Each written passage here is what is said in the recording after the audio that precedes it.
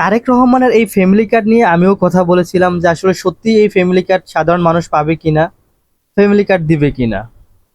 তবে হ্যাঁ, ভালো লাগলো আজকে এই নিউজটা দেখে যে উনি ওনার কথা রেখেছে, উনি ফ্যামিলি কার্ড দেওয়া শুরু করেছে। খুব ভালো একটা জিনিস। তবে মাননীয় প্রধানমন্ত্রী, আপনার কাছে আরেকটা জিনিস আমি বলতে চাই। আপনি আপনার কথা রেখেছেন ঠিক আছে, কিন্তু দেশের ভিতরে যেভাবে দুর্নীতি এবং চান্দাবাজরা যেভাবে চান্দা শুরু করছে, আপনার নেতা কর্মীদেরকে থামান এবং এগুলো কন্ট্রোলে নেন। আমি বিশ্বাস করি যে আপনি চাইলে সবই পারবেন। এবং সবচেয়ে একটা খারাপ জিনিস হচ্ছে, রমজান মাস চলাকালীন এখনো দেখতে হয় দেশে দর্শন হয়। সত্যি খুব খারাপ জিনিস একটা।